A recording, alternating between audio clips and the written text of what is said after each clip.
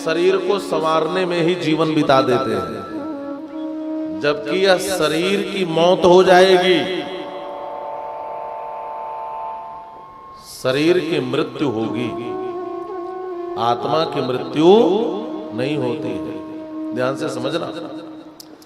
तो जो लोग अपने को शरीर मानते हैं ये देहात्मवादी हैं। देहात्म दृष्टयो मूढ़ा नास्तिका। वेद को न मानने वाले लोग इस कलयुग में होंगे। और कहा पशु बुद्धया। पशु बुद्धि क्या है? अपने को शरीर मानना ही पशु बुद्धि है। हम शरीर हैं।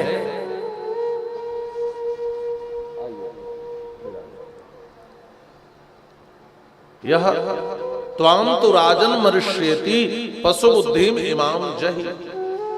राजन तुम मरोगे, इस पशु बुद्धि का त्याग करो। तो इस कलयुग में हम देहात्मवादी होंगे, हम मूढ़ होंगे, हम नास्तिक होंगे और हम पशु बुद्धि वाले होंगे। और मातृ पितृ कृतद्वेषा। और विडंबना यह होगी कि बेटे अपने ही माता पिता से द्वेष करेंगे। करेंगे कि नहीं? यदि माता पिता से द्वेष नहीं करते तो आज समाज में वृद्धाश्रम की जरूरत पड़ती क्या? बताओ बताओ, पड़ती? आज समाज में तीर्थों में धामों में इतने वृद्धाश्रम खुल रहे हैं। इसका मतलब इस कलयुग में लोगों को अपने ही माता पिता के प्रति श्रद्धा नहीं रही। और का स्त्री देवाह काम किंकराह। और कलयुग में लोग काम के किंकर होंगे, राम के किंकर नहीं होंगे, श्याम के किंकर नहीं होंगे, काम के किंकर होंगे। गोस्वामी तुलसीदास जी भी उत्तरकांड में कहते हैं, सुत मान ही मातु पिता तबलों अवलानन दीख नहीं जबलों। जब तक अपनी श्रीमती को नहीं पा लेते तभी तक माता पिता की सेवा करते हैं। और जैसे ब्याह हो गया, लुगाई घर में आ गई, वैसे माता पिता की सेवा बंद। ऐसा होता। एक उज्जैन के कवि है ओम व्यास, उनकी एक पंक्ति बड़ी प्यारी है कि घर में मां बीमार थी और बेटा बाजार में दवा लेने गया। उधर से साली साहिबा का फोन आ गया, जीजू भूल गए आज मेरा बर्थडे है। तो जीजू मां की दवाई भूल करके और साली के बर्थडे पर गिफ्ट प्रेजेंट करने चले गए। उस कवि ने लिखा है, साली का जन्मदिन याद रहा और मां का दवाई भूल गए। आज समाज में ऐसा ही हो रहा है। घर में बूढ़े माता पिता कराहते रहते हैं और हम उनकी चिंता नहीं करते। स्त्री देवाह काम किंकराह। आज हम राम श्याम के किंकर नहीं हैं, आज हम काम के किंकर हो गए। और कहा जो वर्णाश्रम धर्म है यह अभी कलयुग में धीरे धीरे मिट जाएगा। यहां पर लिखा है, विप्रा लोभग्रस्ता वेद विक्रय जीविनः। जो ब्राह्मण होंगे ना वो लोभी हो दिखाई देंगे, वेद को बेचने वाले होंगे। बेच ही वेद धर्म दुहिले ही। इसका मतलब है कि इस कलयुग में लोग अपने अपने वर्णाश्रम धर्म का त्याग करके पर धर्म में लिप्त होंगे। ये भी कलयुग का एक बहुत बड़ा दोष है। ये भी कलयुग का एक बड़ा दोष है। इसमें चारों वर्ण के लोगों की यहां पर बात कही गई है। स्वधर्म रहिता मूढ़ा संकरा क्रूर बुद्धया महाभिमानिनो नित्यम चतुर्वर्ण विलोपका। अपने धर्म का त्याग करेंगे, मूढ़ होंगे, क्रूर बुद्धि वाले होंगे, वर्ण संकर होंगे, महाअभिमानी होंगे। महाराज महाअभिमानी होंगे। कलयुग में ऐसी स्थितियां देखने को मिलेगी।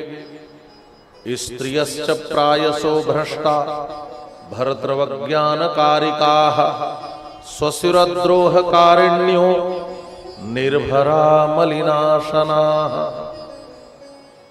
कलयुग में स्त्रियां भी सदाचार से भ्रष्ट दिखाई देंगी, पति का अपमान करने वाले होंगे, सास ससुर की सेवा से स्वयं को दूर रखने वाली होंगी, मलिन रहने वाली होंगी। ये सब कलयुग के दोषों का यहां वर्णन किया। तनयाः मातृपित्रोश्च भक्तिहीना दुराशयाः। और जो संतानें होंगी वह माता पिता के प्रति श्रद्धा नहीं रखेंगे। एक बात और है कि यदि आप चाहते हैं कि मेरा बेटा श्रवण कुमार हो, तो आपको भी अपने माता पिता के लिए पहले श्रवण कुमार बनना पड़ेगा। बात समझ में आ गई? आप चाहते हैं कि आपका बेटा आपकी सेवा करे, तो पहले अपने घर में आप अपने माता पिता की सेवा करके अपने बेटे को संस्कार दीजिए। और नहीं, आप अपने माता पिता की सेवा नहीं करते तो आपका बेटा भी माता पिता की सेवा करेगा, यह कोई जरूरी नहीं है। वो जैसा देखेगा वैसा ही करेगा। तो कलयुग में अविद्या पाठकाः नित्यम रोगग्रसित देहकाः। बड़ी विचित्र बात कही। अविद्या पाठकाः, लोग वह पढ़ाई पढ़ेंगे जो मुक्ति देने वाली न हो। ध्यान से समझेंगे। विद्या किसे कहते हैं? विद्या की परिभाषा है सा विद्या या विमुक्तये। विद्या वह है जो मुक्ति दिलाए, और जो विद्या मुक्ति दिलाने में कारक नहीं है वो विद्या बेकार है। हमने घटना सुनी थी, आपने भी सुनी होगी। 4 विद्वान एक नाव में यात्रा कर रहे थे समुद्र में। तो जो मैथमेटिक्स का विद्वान था उसने नाव चलाने वाले से पूछा, भाई साहब तुम कुछ मैथ पढ़े हो? अलजबरा, मेंसुरेशन, ट्रिकोनमेट्री कुछ भी पढ़े हो?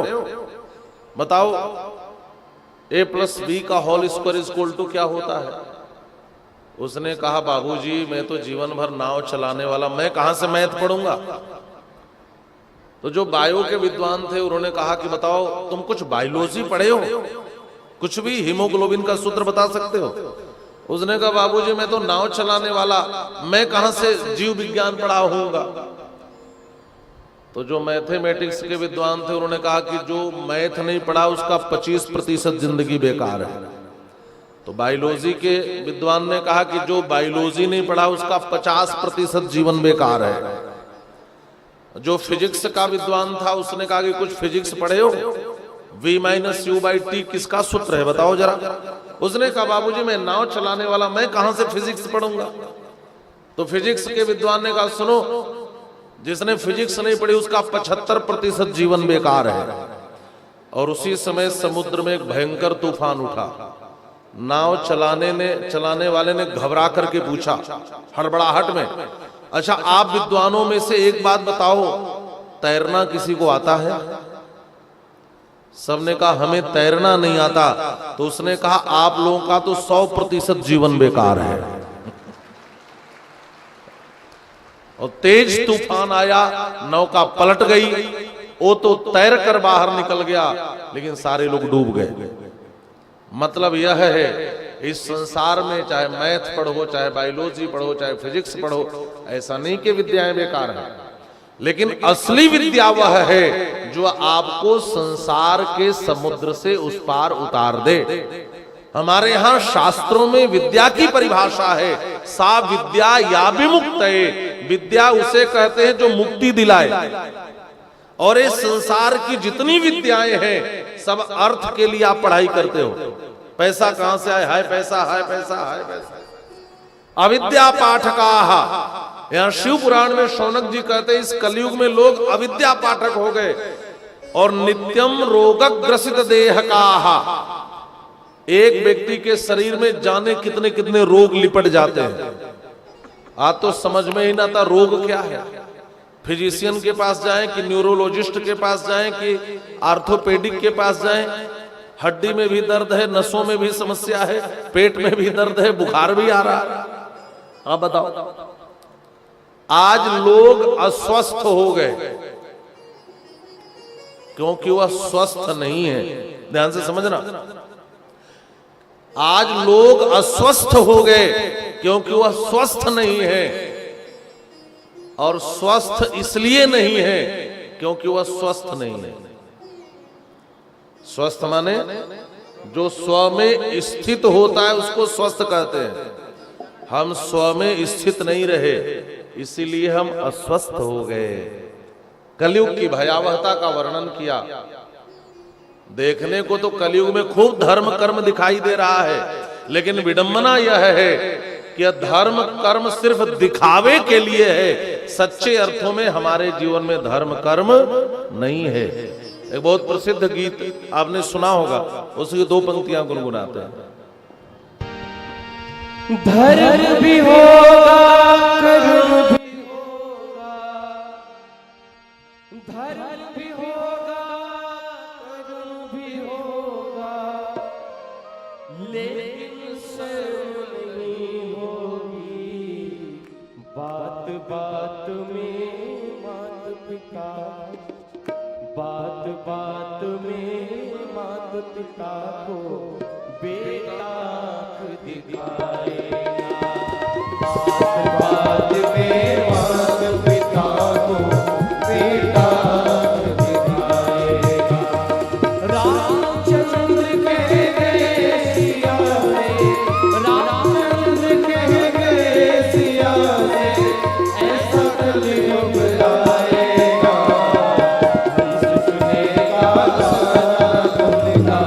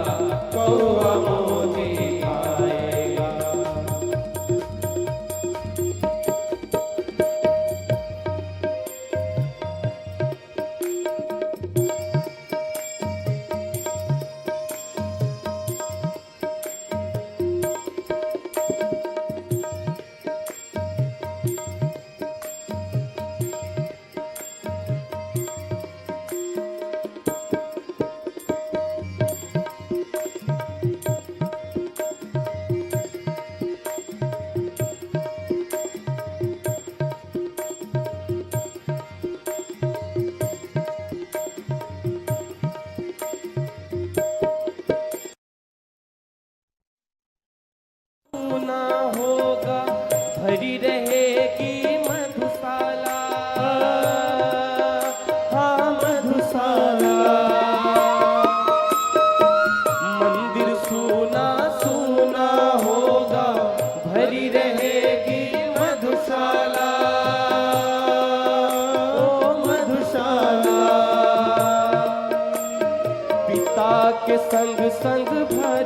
सभा में नाचेगी की बाला,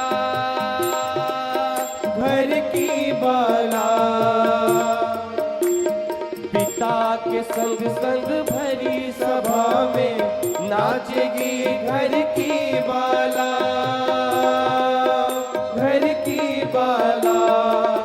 ऐसा कन्या दान पिता ही, ऐसा कन्या दान पिता ही, ओ ऐसा कन्या दान पिता ही, ऐसा कन्या दान पिता ही। कन्या का धन खाएगा, हंस चुनेगा दाना दुर्गा, कौवा मोती खाएगा। हंस चुनेगा दाना दुर्गा, कौवा मोती खाएगा। रामचंद्र कह गए सिया से, रामचंद्र कह गए सिया से, ऐसा कलयुग आएगा। हंस चुनेगा दाना दुर्गा, कौवा मोती खाएगा। हंस चुनेगा दाना दुर्गा, कौवा मोती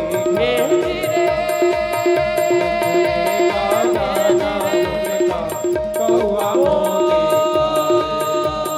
हंस चुनेगा दाना